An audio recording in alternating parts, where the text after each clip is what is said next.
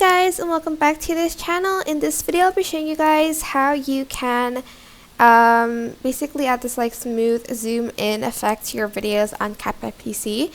So select your clip. You can do it here, but it won't be as smooth if you do it by using the effects tab. So to do it, you're just going to add a keyframe here, and then at kind of like the end, you're going to want to zoom in a little bit, and you can even move it to like the focal point, like to her face, and it's going to look like this.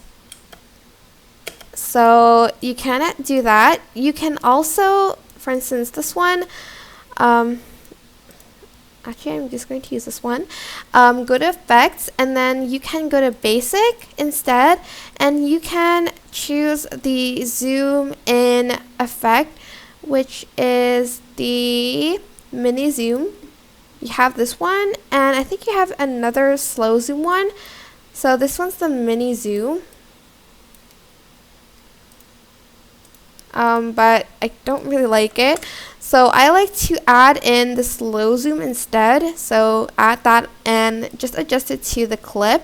You can also adjust the speed of it and the range and stuff there.